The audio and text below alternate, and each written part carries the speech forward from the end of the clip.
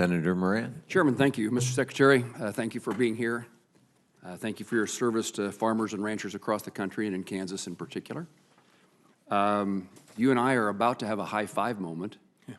Thank you for working with me to pick a date for you to be in Kansas. And I wanted to give you a moment. I wanted to take several moments, but wanted to give you a moment to highlight a development that began a long time ago as a result of the 9/11 Commission. The Secretary will be in Kansas to cut a ribbon on NBATH, the National Bioagroscience Facility, designed to protect public health and our food safety, managed by USDA, ARS, and APHIS, and it will contain the BL4 biocontainment laboratory. You were there, Mr. Secretary, in May of 2015, now 8 years ago, a long time coming, but a very important facility and asset for the Department of Agriculture, American farmers and ranchers, and in fact, every American citizen and around the globe. I'd be glad to have you highlight why you think this, if you do, why you think this is a benefit to the American people.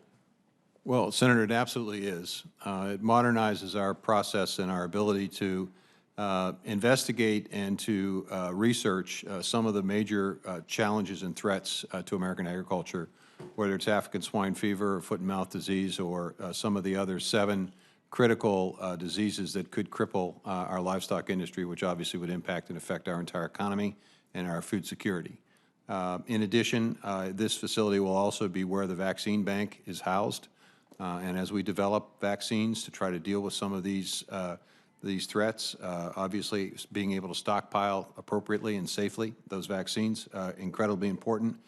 There are also a great deal of research is going to be done on the countermeasures, the biosecurity initiatives that are part of protecting our livestock industry. So this is a critically important, and the fact it's taken as long as it has is because of the minute nature of the protections and security that is required as we move from Plum Island to Manhattan, Kansas. So I'm looking forward to welcoming and to cutting that ribbon, and I'm sure that you'll have a pair of scissors, and I'm pretty sure Senator Roberts will have a pair of scissors. Well, I appreciate you being there, and I look forward to seeing you in Kansas on May the 24th. Thank you. Looking forward to it. Mr. Secretary, I was in Mexico City, met with President Obrador maybe a week ago Sunday. Maybe in your answer to my question, you can explain your smile. I raised my concerns about the efforts to ban GMO corn. I was encouraged to hear what I thought was said, which was that the matter could be resolved in the consultation stage rather than reach dispute settlement. That was then followed by the suggestion that the United States and Mexico ought to do an additional study about the safety of GMO.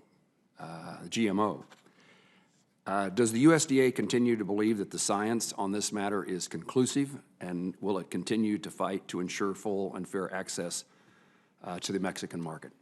Senator, the reason I smiled is because I've had 2 such meetings with President Obrador, and I'm fairly certain that what he told me on those occasions was exactly what he told you. And the reality is that we don't need another study. There are literally hundreds of studies about the safety of this technology, and that's been explained to the President. It's also been explained to the President that 66% of his feed needs for his livestock industry come from biotech corn that's grown and raised in the United States. The challenge is that he is very, as you probably found out, very proud of the white corn that is produced, the maize that's produced in Mexico. And I think he's put himself in a situation, a political situation, that it's very hard for him to move out of. At the same time, by virtue of banning the ability to have white corn from Nebraska or other states come into Mexico, he's asking us to acknowledge a non-scientific basis for such a ban, and we can't do that. It is fundamental to our trade strategy and philosophy and our approach to the rest of the world that we want a science-based system, and we believe in the safety and the safety of biotech products. We believe in the science behind it, and that's been explained to the President politely on a number of occasions. Is there any question about what our trade agreement between Canada, Mexico, and the United States Not in allows our this? view. Thank you. Not in our view. Mr. Chairman, I would conclude just by telling, I would feel guilty if I didn't say this. Mr. Secretary, you and I have worked in your previous time at USDA on trying to export and increase trade around the world. I would encourage you and the administration that you work in to look for opportunities to reach agreements with other nations, singular and in collectively. Trade is hugely important, and while we face challenges in making sure that we do trade agreements right and they're enforced, farmers in Kansas and across the country depend upon the ability to export what they do around the globe. Well, the good news is that we've had over $15 billion of additional opportunities in market access created in the last 2 years. So we'll continue to do that. Thank you.